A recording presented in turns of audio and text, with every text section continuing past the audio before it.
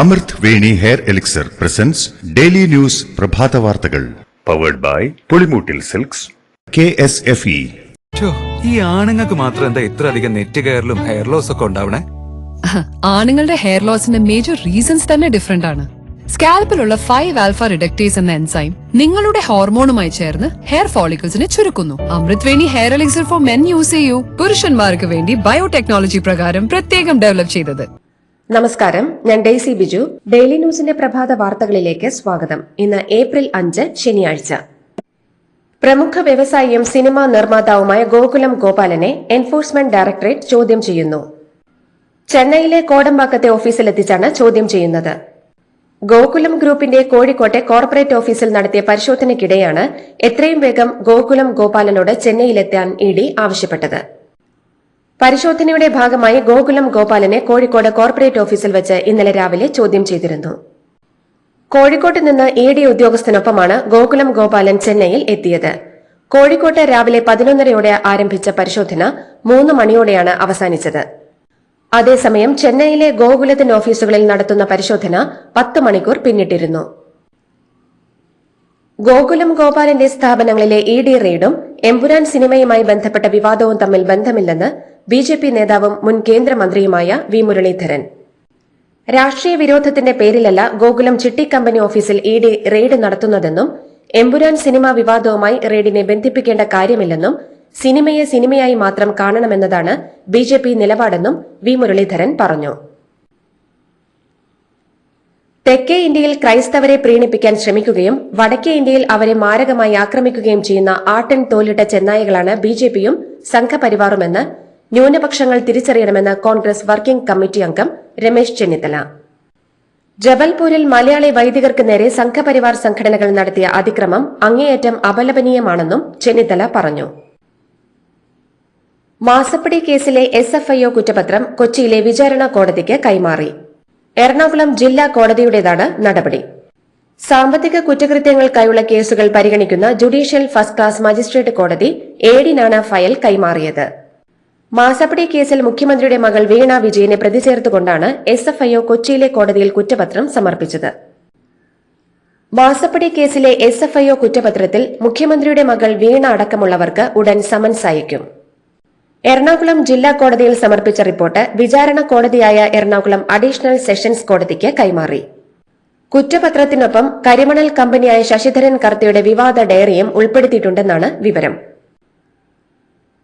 മുഖ്യമന്ത്രി പിണറായി വിജയന്റെ മകൾ വീണ വിജയനെതിരെ രണ്ടാമതൊരു കുറ്റപത്രം കൂടി നൽകുമെന്ന് റിപ്പോർട്ടുകൾ. CMRLന്റെ സഹോദര സ്ഥാപനമായ empower India capital investments private ലിമിറ്റഡിന്റെ പക്കൽ നിന്ന് പണം വായ്പയായി കൈപ്പറ്റിയ ശേഷം തിരിച്ചടയ്ക്കാതെ എക്സാലോജിക് കമ്പനി അടച്ചു പൂട്ടി കബളിപ്പിച്ചെന്നതാണ് ഈ കുറ്റപത്രത്തിലെ കേസെന്ന് റിപ്പോർട്ടുകൾ സൂചിപ്പിക്കുന്നു. SFIO കേസുകൾ പരിഗണിക്കുന്ന ബംഗളൂരുവിലെ കോടതിയിലാകും കുറ്റപത്രം നൽകുക.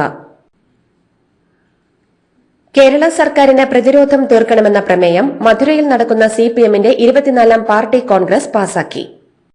PB അംഗം മുഹമ്മദ് സലീമാണ് പ്രമേയം അവതരിപ്പിച്ചത്. വീണ വിജയനെതിരായ കേസ് പ്രമേയത്തിൽ ഉൾപ്പെടുത്തിയിരുന്നില്ല. കേന്ദ്ര ഏജൻസികൾ കേരള മുഖ്യമന്ത്രിയെയും കുടുംബത്തെയും ലക്ഷ്യം വയ്ക്കുന്നുവെന്ന് പ്രമേയത്തിൽ മുഹമ്മദ് സലീം ചൂണ്ടിക്കാട്ടി.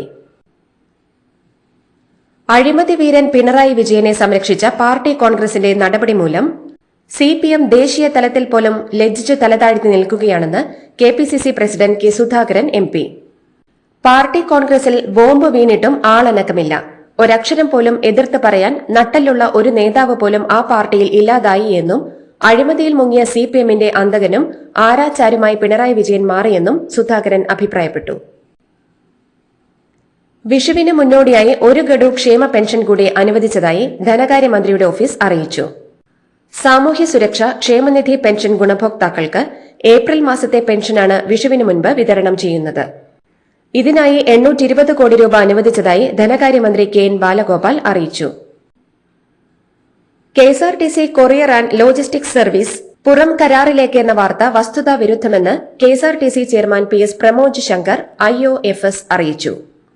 വിജയകരമായി ലോജിസ്റ്റിക്സ് സർവീസുകൾ നടത്തിവരുന്ന അന്യസംസ്ഥാന ട്രാൻസ്പോർട്ട് കോർപ്പറേഷനുകളുടെ മാതൃക പിന്തുടർന്നാണ് അടിസ്ഥാന സൌകര്യങ്ങൾ മെച്ചപ്പെടുത്തുന്നതിലേക്കായി നിയമപരമായി ടെൻഡർ ക്ഷണിച്ചിട്ടുള്ളതെന്നും വാർത്താക്കുറിപ്പിലൂടെ അദ്ദേഹം അറിയിച്ചു. സംസ്ഥാനത്തിന്റെ പീക്ക് ടൈം വൈദ്യുത ഉപഭോഗം 2027 സാമ്പത്തിക വർഷത്തോടെ 7000 മെഗാവാട്ട് കവിയുമെന്ന് എനർജി മാനേജ്മെന്റ് സെന്ററിന്റെ ഊർജ്ജ സംഭരണത്തിന്റെ പ്രായോഗികതയെക്കുറിച്ചുള്ള പഠന റിപ്പോർട്ട്. വൈകുന്നേരം 6 മണി മുതൽ രാത്രി 12 മണിവരെയാണ് പീക്ക് ടൈമായി കണക്കാക്കുന്നത്.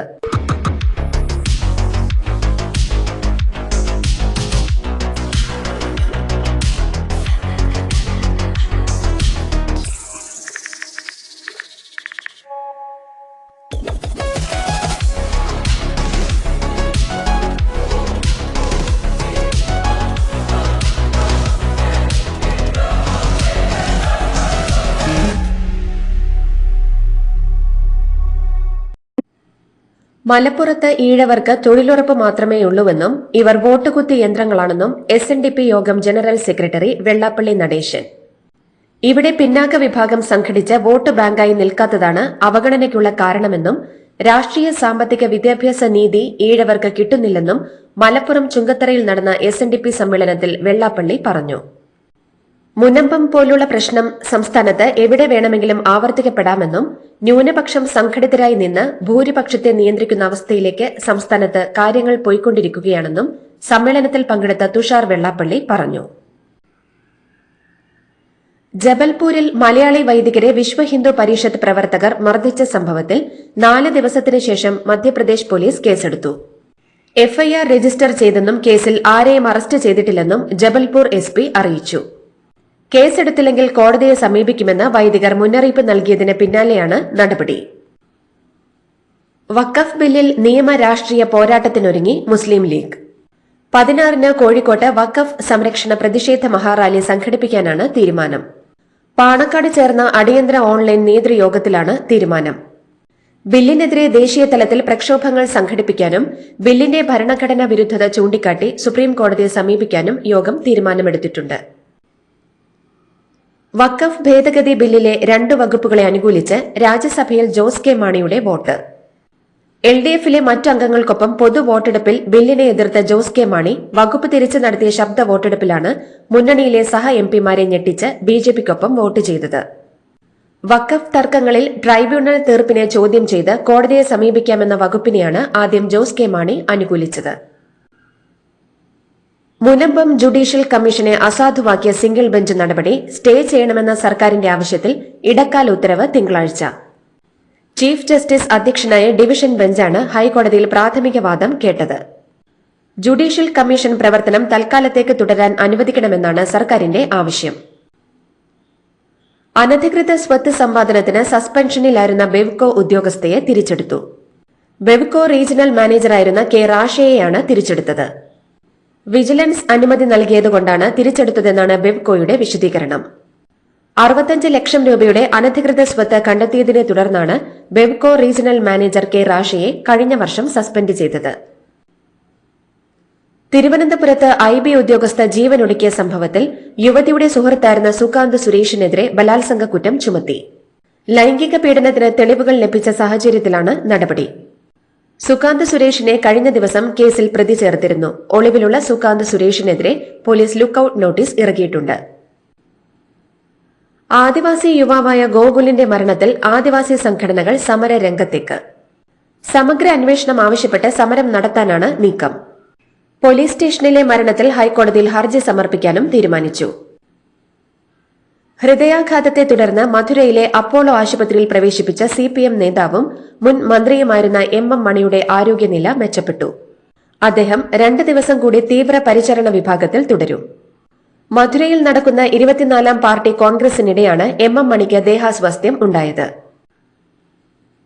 തിരുവനന്തപുരത്തെ ആമയിടഞ്ചാൻ തോട് വൃത്തിയാക്കുന്നതിനിടെ മരിച്ച ജോയിയുടെ കുടുംബത്തിന് വീട് നിർമ്മിച്ചു നൽകുന്നതിനുള്ള നടപടികൾ പൂർത്തിയാക്കണമെന്ന് മനുഷ്യാവകാശ കമ്മീഷൻ ചെയർപേഴ്സൺ.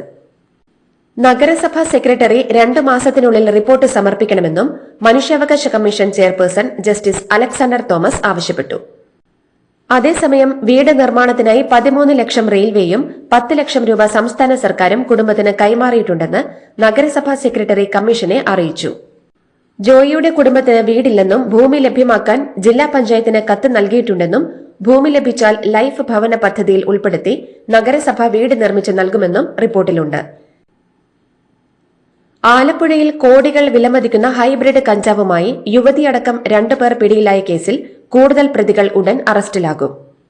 തസ്ലിമ സുൽത്താനയ്ക്ക് ഹൈബ്രിഡ് കഞ്ചാവ് നൽകിയവരെക്കുറിച്ച് എക്സൈസിന് വിവരം ലഭിച്ചു. അതേസമയം പ്രതികൾ വെളിപ്പെടുത്തിയ സിനിമാ താരങ്ങളെ വിളിച്ചു വരുത്തുന്നത് വൈകും. മോൾക്ക് ബർത്ത്ഡേ ഗിഫ്റ്റ് വാങ്ങണ്ടേ? ഷോപ്പിൽ കൊണ്ടുപോയി ഇഷ്ടമുള്ളത് വാങ്ങി കൊടുക്കാം. അപ്പൊ ഏട്ടൻ വരുന്നുണ്ടോ? ഗിഫ്റ്റ് കാർഡ് വരും. അതെ, ഓരോ ചിട്ടിയിലും ഒരാൾക്ക് 5000 രൂപയുടെ ഗിഫ്റ്റ് കാർഡ് സമ്മാനം. മെഗാ സമ്മാനമാണെങ്കിലോ പുതുപുത്തൻ ബെൻസ് കാർ. 2ാം സമ്മാനം ഇന്നോവ ക്രിസ്റ്റ, അതും 17 ഇത്തവണ സമ്മാനങ്ങളുടെ നക്ഷത്ര തിളക്കവുമായി KSFE ഗാലക്സി ചിട്ടികൾ. AICC സമ്മേളനം 8, 9 തീയതികളിൽ ഗുജറാത്തിൽ വെച്ച്.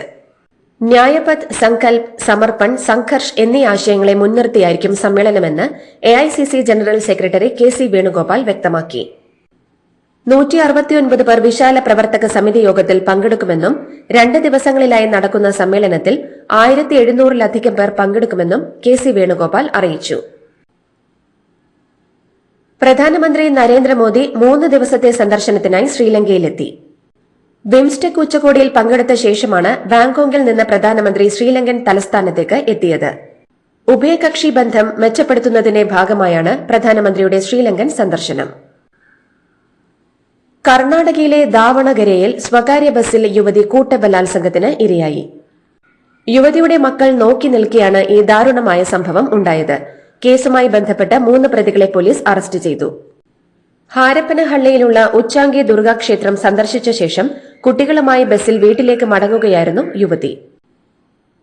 വ്യത്യസ്തമായ പ്രതിഷേധത്തിന് വേദിയായി CPM പാർട്ടി കോൺഗ്രസ്. സുഭാഷിണി അലി ഉയർത്തിയ പലസ്തീൻ ഐക്യദാർഢ്യ മുദ്രാവാക്യങ്ങൾ പ്രതിനിധികൾ ഏറ്റുചൊല്ലി. MA ബേബി പലസ്തീൻ ഐക്യദാർഢ്യ പ്രമേയം അവതരിപ്പിച്ചു. കേരള മുഖ്യമന്ത്രി പിണറായി വിജയനും തമിഴ്നാട് മുഖ്യമന്ത്രി MK സ്റ്റാലിനും PB അംഗം ബൃന്ദ കാരാട്ടും അടക്കമുള്ളയാളുകൾ കഫിയ ധരിച്ചാണ് പലസ്തീൻ ജനതയ്ക്ക് ഐക്യദാർഢ്യം അറിയിച്ചത്. മുഖ്യമന്ത്രി പിണറായി വിജയൻ ഇതുമായി ബന്ധപ്പെട്ട് ഒരു പോസ്റ്റ് ഫേസ്ബുക്കിൽ പങ്കുവച്ചിട്ടുണ്ട്. വഖഫ് നിയമ ഭേദഗതി ബില്ലിനെതിരെ കോൺഗ്രസ് സുപ്രീം കോടതിയിൽ ഹർജി സമർപ്പിച്ചു. MPയും ലോക്സഭയിലെ കോൺഗ്രസ് വിപ്പുമായ മുഹമ്മദ് ജാവേദാണ് ഹർജി ഫയൽ ചെയ്തത്. ഭരണഘടന നൽകുന്ന അവകാശങ്ങൾ ലംഘിക്കപ്പെടുന്നു എന്നാരോപിച്ചാണ് ഹർജി ഫയൽ ചെയ്തത്. ഭരണഘടനയുടെ ആർട്ടിക്കിൾ 14, 25, 26, 29, 300A എന്നിവ ബിൽ ലംഘിക്കുന്നുവെന്ന് ഹർജിയിൽ ആരോപിക്കുന്നു. തമിഴ്നാട് BJP പ്രസിഡന്റ് സ്ഥാനം K. അണ്ണാമലൈ ഒഴിയുന്നു. വീണ്ടും പ്രസിഡന്റാകാനില്ലെന്ന് അണ്ണാമലൈ അറിയിച്ചു. പുതിയ പ്രസിഡന്റിന് എല്ലാ ആശംസകളും അറിയിക്കുന്നുവെന്നും പ്രസിഡന്റാകാനുള്ള മത്സരത്തിനില്ലെന്നും അണ്ണാമലൈ നാടകീയമായി പ്രഖ്യാപിച്ചു. പാർട്ടിയിൽ തർക്കമില്ലെന്നും ഒറ്റക്കെട്ടായി നേതാവിനെ തീരുമാനിക്കുമെന്നും അദ്ദേഹം കൂട്ടിച്ചേർത്തു. US പ്രസിഡന്റ് ഡൊണാൾഡ് ട്രംപ് വിവിധ രാജ്യങ്ങൾക്ക് പകരച്ചുങ്കം പ്രഖ്യാപിച്ചതിന് പിന്നാലെ ലോകത്തെ ധനികരുടെ സമ്പത്തിലുണ്ടായത് വൻ ഇടിവ്. ട്രംപിന്റെ പകരച്ചുങ്ക പ്രഖ്യാപനത്തിന് പിന്നാലെ ഓഹരി വിപണികൾ കൂപ്പുകുത്തിയതോടെയാണ് ലോകത്തെ 500ഓളം കോടീശ്വരന്മാരുടെ സമ്പത്തിൽ ഇടിവ് രേഖപ്പെടുത്തിയത്. 20,800 കോടി ഡോളറിന്റെ ഇടിവാണ് രേഖപ്പെടുത്തിയത്. ഒരു ദശാബ്ദത്തിനിടയിലെ ഏറ്റവും വലിയ ഇടിവാണിതെന്നും റിപ്പോർട്ടുണ്ട്. മെറ്റ സ്ഥാപകൻ മാർക്ക് സക്കർബർഗിന് 1790 കോടി ഡോളറും ആമസോൺ സ്ഥാപകൻ ജെഫ് ബെസോസിന് 1590 കോടി ഡോളറും ട്രംപിന്റെ ഉറ്റ സുഹൃത്തായ ഇലോൺ മസ്കിന് 1100 കോടി ഡോളറും നഷ്ടമായെന്നാണ് റിപ്പോർട്ടുകൾ സൂചിപ്പിക്കുന്നത്. US ഉൽപ്പന്നങ്ങൾക്കുമേൽ 34% തീരുവ ചുമത്തിയ ചൈനീസ് നിലപാടിനെതിരെ American president Donald Trump. China സ്വീകരിച്ചത് ശരിയായ സമീപനമല്ലെന്നും അവർ ഭയന്നെന്നും ഒരിക്കലും അത് അവർക്ക് താങ്ങാനാവുന്ന കാര്യമല്ലെന്നും തന്റെ സാമൂഹിക മാധ്യമമായ ട്രൂത്ത് സോഷ്യലിൽ ട്രംപ് കുറിച്ചു. IPLൽ ലക്നൌ സൂപ്പർ ജയന്റ്സിനെതിരായ മത്സരത്തിൽ മുംബൈ ഇന്ത്യൻസിന് 12 റൺസിന്റെ തോൽവി. ടോസ് നഷ്ടപ്പെട്ട് ബാറ്റിംഗിനെത്തിയ ലക്നൌ 31 പന്തിൽ 60 റൺസെടുത്ത മിച്ചൽ മാർഷിന്റെയും 38 പന്തിൽ 53 റൺസെടുത്ത എയ്ഡൻ മാർഗ്രത്തിന്റെയും ഇന്നിംഗ്സുകളുടെ മികവിൽ 8 വിക്കറ്റ് നഷ്ടത്തിൽ 203 റൺസെടുത്തു. മറുപടി ബാറ്റിംഗിനിറങ്ങിയ മുംബൈ ഇന്ത്യൻസിന് നിശ്ചിത ഓവറിൽ 5 വിക്കറ്റ് നഷ്ടത്തിൽ 191 റൺസെടുക്കാനേ സാധിച്ചുള്ളൂ. ഇതോടുകൂടി ഡെയിലി ന്യൂസിന്റെ ഇന്നത്തെ പ്രഭാത വാർത്തകൾ സമാപിക്കുന്നു. ഡെയിലി ന്യൂസിന് വേണ്ടി വാർത്തകൾ വായിച്ചത് ഡെയ്സി ബിജു. ഡെയിലി ന്യൂസ് ലൈവ്.in വാർത്തകൾ വിരൽ തുമ്പിൽ.